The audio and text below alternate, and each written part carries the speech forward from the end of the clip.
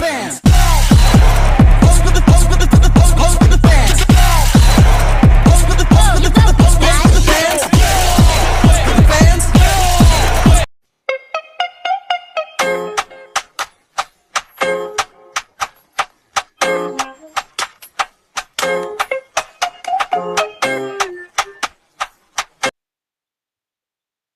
Assalamualaikum warahmatullahi wabarakatuh. Yang kami hormati Ibu Yulan Febriani MPC Psikolog serta teman-teman sekalian. Di dunia yang serba cepat ini, kita terbiasa melihat senyuman sebagai tanda bahagia dan diam sebagai tanda tenang. Padahal, di balik tawa bisa tersembunyi luka yang mendalam, dan di balik diam bisa saja ada jeritan yang tak terdengar. Hari ini, kami tidak hanya membahas teori, kami ingin mengajak ibu beserta rekan-rekan menyelami realita yang sering tidak terlihat, yaitu gangguan mood. Sebuah kondisi psikologis yang bisa mengubah cara seseorang berpikir, merasa, dan menjalani kehidupannya. Kami dari kelompok 4 yang beranggotakan saya sendiri Erika Dwi Purwatui selaku moderator serta Najwa Ramadana selaku pemateri pertama yang kemudian akan dilanjutkan oleh Hafizah Auliani selaku pemateri kedua serta Nafisah Zahwa selaku pemateri ketiga dan untuk pemateri keempat akan dilanjutkan sendiri oleh saya. Baik, tidak akan panjang pula opening kami. Selanjutnya, materi pertama akan dibawakan oleh Najwa Ramadana. Kepada Najwa Ramadana, tepat dan waktu kami persilahkan. Sebelumnya, perkenalkan, nama saya Najwa Ramadana Iza. Di sini saya akan menjelaskan pengertian dari gangguan mood. Gangguan mood adalah kondisi di mana kesehatan mental menyebabkan perubahan suasana hati yang secara intens dan juga berkepanjangan. Gangguan mood ini adalah kondisi yang berlangsung lama, bukan hanya perasaan sesedih sesaat maupun perasaan euforia yang sesaat. Ini yang membedakan dari kondisi fluktuasi emosi orang-orang normal pada biasanya. Kemudian ada beberapa dampaknya. Yang pertama adalah sulit fokus. Sulit fokus di sini adalah kondisi yang mana emosi tidak stabil hingga mengganggu fungsi kognitif dan membuat seseorang sulit fokus saat belajar, saat berkegiatan, atau saat beraktivitas lainnya secara efektif. Yang kedua ada gangguan tidur dan nafsu makan. Gangguan mood seringkali mempengaruhi fungsi fisik atau vegetatif. Ini bisa jadi berupa insomnia maupun hypersomnia, yaitu tidur yang berlebihan. Kemudian juga dapat menyebabkan hilangnya nafsu makan dan juga dapat menyebabkan seseorang itu makan yang berlebihan. Kemudian yang ketiga ada kesulitan beraktivitas sehari-hari. Secara keseluruhan, gabungan dari gejala emosional, kognitif, dan vegetatif atau fisik ini membuat penderita mengalami hambatan dalam menjalani rutinitas atau aktivitas sehari-hari. Dan juga mengganggu seseorang dalam berinteraksi sosial.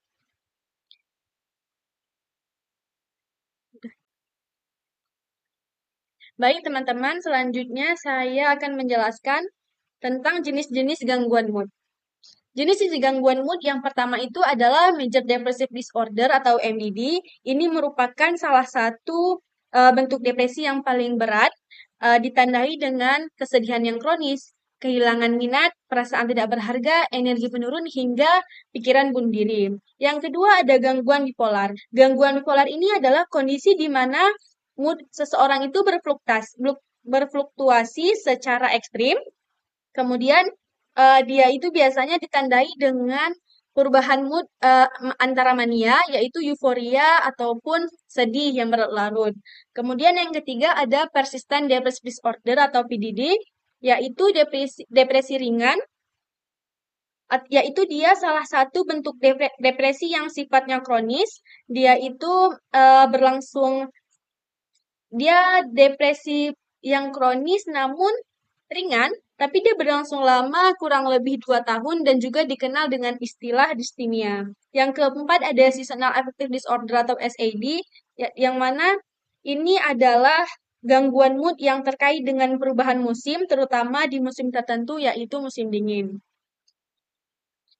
Selanjutnya ada gejala-gejala dari gangguan mood. Gejala dari gangguan mood yang pertama itu adalah kesedihan atau rasa kesal yang terus-menerus.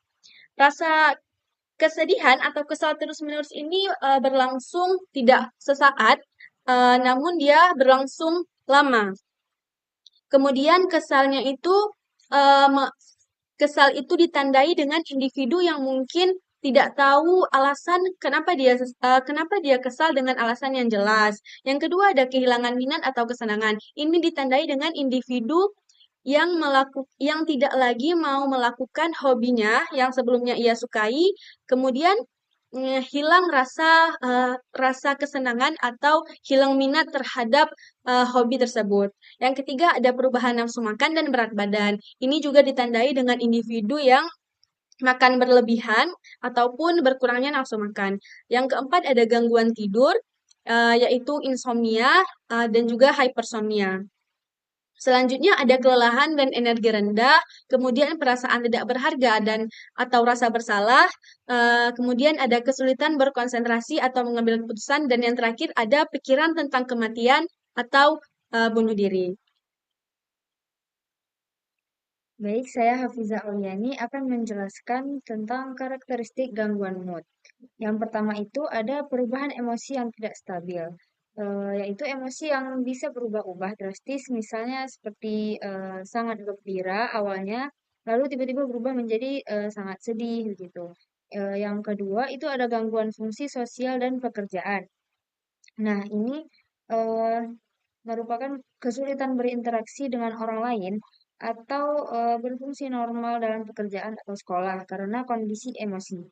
Nah, yang ketiga adalah gejala kognitif dan psikologis, yaitu munculnya masalah pada pemikirannya atau juga muncul pada masalah kejiwaan seperti sulit konsentrasi, merasa bersalah yang berlebihan, atau hilangnya harapan. Nah, untuk yang keempat itu ada gejala fisik, yaitu gangguan ini bisa mempengaruhi tubuh atau mm, yaitu seperti bisa mengganggu pola tidur dan itu bisa menjadi terlalu berlebihan ataupun terlalu sedikit. Yang kelima itu ada resiko bunuh diri. Nah, pada kasus yang sudah parah itu bisa menyebabkan adanya keinginan untuk bunuh diri. Selanjutnya ada definisi depresi. Nah, definisi depresi itu pengertiannya ada perasaan sedih, murung, kehilangan semangat hidup. Dan pengertian ilmiahnya itu mm, adalah keadaan emosi seseorang dengan karakteristik seperti perasaan gagal, tidak berharga, dan menarik diri dari lingkungan. Sehingga dampaknya itu mengganggu suasana hati, cara berpikir, fungsi tubuh, dan perilaku.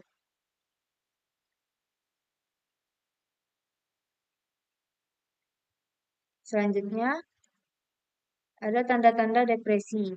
Menurut Kaplan, tahun 1991, tanda-tanda depresi meliputi yang pertama itu ada hilangnya energi dan minat terhadap sesuatu. Yang kedua itu ada perasaan bersalah. Hmm, Selanjutnya ada kesulitan konsentrasi, yaitu orang yang memiliki tanda-tanda depresi akan sulit berkonsentrasi. Hmm, Selanjutnya ada hilangnya nafsu makan. Selanjutnya pikiran tentang kematian atau bunuh diri. Orang yang memiliki tanda-tanda depresi itu akan mudah berpikir tentang kematian ataupun adanya pikiran tentang bunuh diri begitu. Yang selanjutnya ada gangguan fungsi kognitif, vegetatif, sosial, dan pekerjaan. Lalu ada klasifikasi simptom depresi.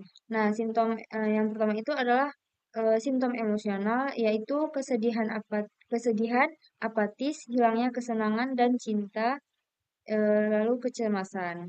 Nah, simptom yang kedua itu adalah simptom kognitif. yaitu pandangan negatif terhadap diri, distorsi citra tubuh, penimpaan kesalahan, dan kesulitan mengambil keputusan. Selanjutnya ada simptom motivasional, yaitu tidak ada keinginan beraktivitas, hasrat untuk mati, lalu ketergantungan pada orang lain.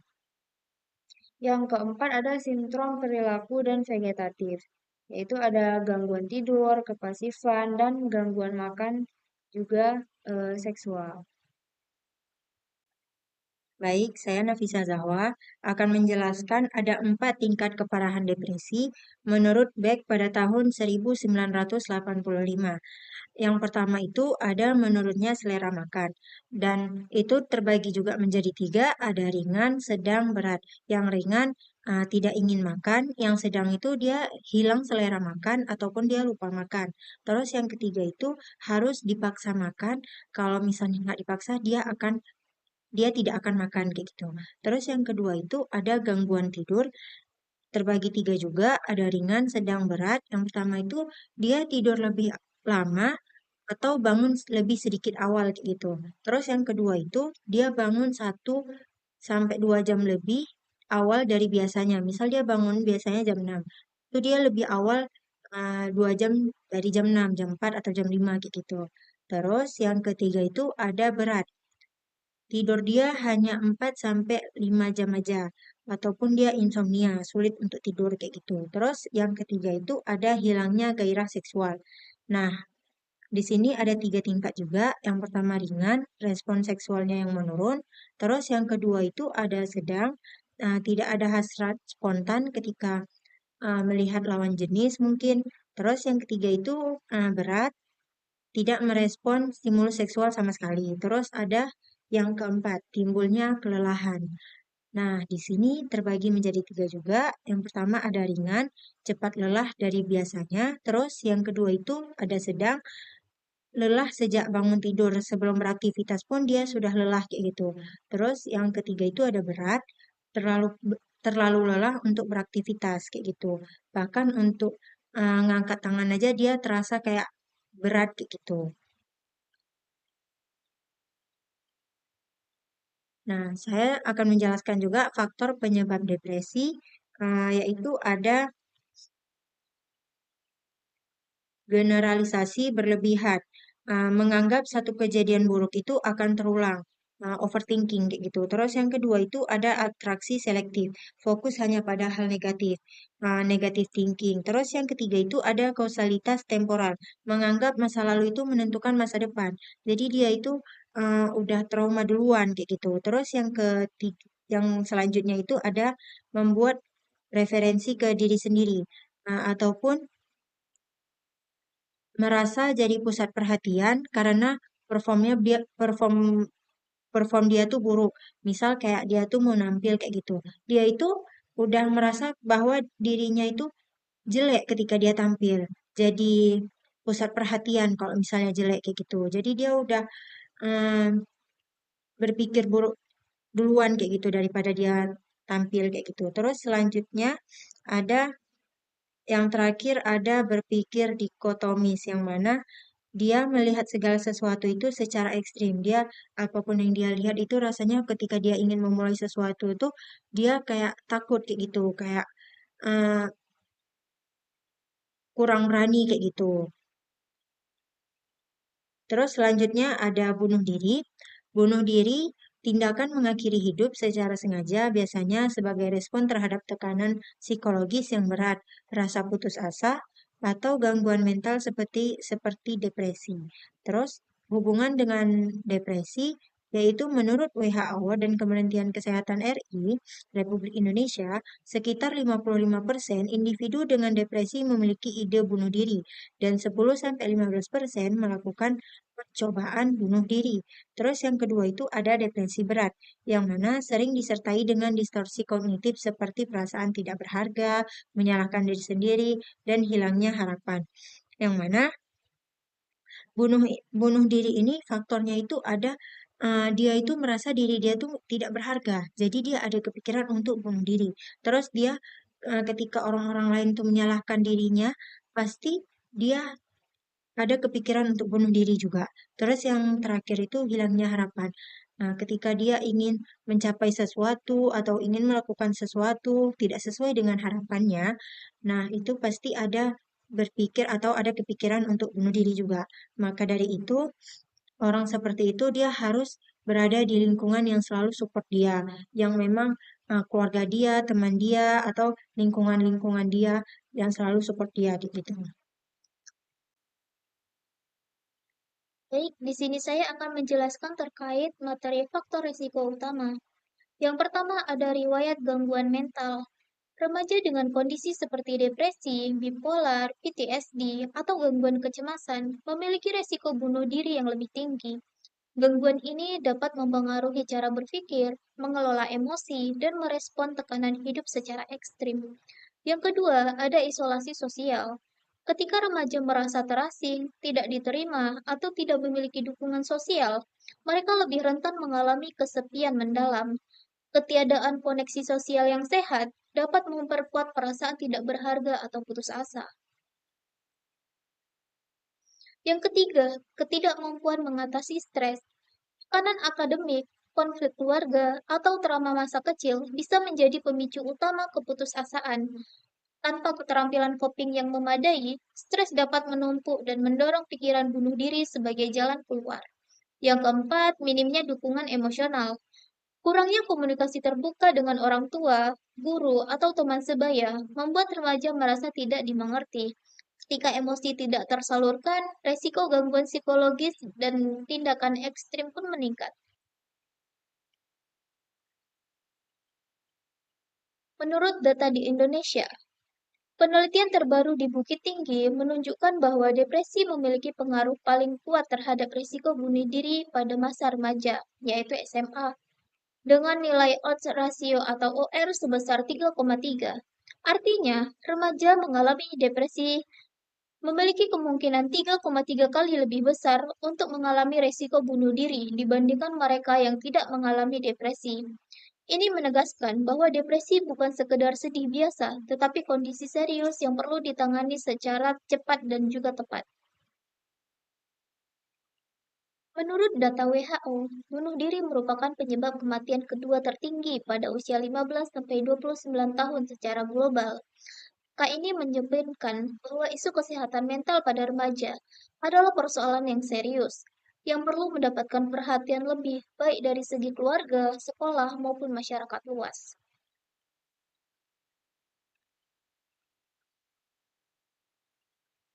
Kemudian kesimpulan, gangguan mood, khususnya depresi, merupakan masalah kesehatan mental yang serius dan semakin meningkat di kalangan remaja Indonesia. Depresi tidak hanya mempengaruhi emosi dan fungsi sosial, tetapi juga beresiko tinggi terhadap tindakan bunuh diri. Studi terbaru menunjukkan bahwa depresi memiliki pengaruh paling kuat terhadap risiko bunuh diri, terutama pada remaja yang mengalami tekanan psikologis tanpa dukungan emosional yang memadai. Penting bagi keluarga, sekolah, dan masyarakat untuk mengenali gejala gangguan mood sejak dini, memberikan ruang aman untuk berbagi, serta mendorong intervensi psikologis yang tepat. Pencegahan bunuh diri bukan hanya soal penanganan krisis, tetapi juga membangun ketahanan mental dan lingkungan yang sportif bagi remaja.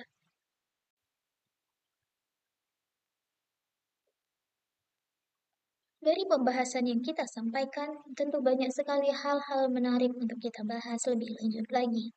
Dan akan lebih seru jika kita saling bertukar ide, pikiran, gagasan, ataupun saling memberikan saran.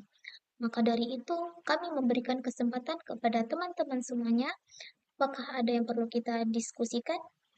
Kami tidak hanya membuka sesi tanya jawab, tetapi kami juga menerima kritik dan juga saran yang membangun dari rekan-rekan semua.